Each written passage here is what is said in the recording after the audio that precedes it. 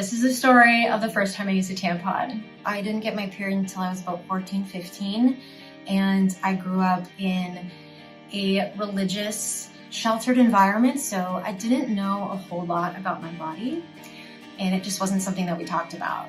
And I remember my mom fished out like an old cardboard and cotton tampon that was probably from the 70s, from the bottom of a bathroom drawer, handed it to me and said, "You're on your own." I shoved the entire thing into my body and felt immediate pain, and I knew that I had done something wrong. Like I didn't do it right, and unfortunately we had to get to my mom's job. So I was in the back of the car just like crying quietly, just suffering. Every bounce hurt, it was pinching me. I had no idea what was going on.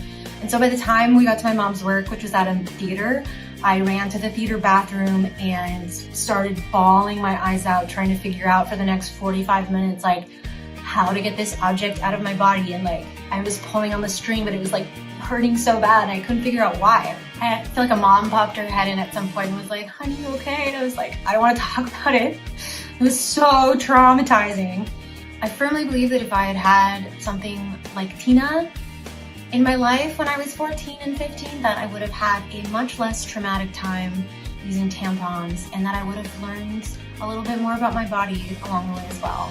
Don't even get me started on tampons without applicators. I literally learned how to use those 10 years ago, maybe even less.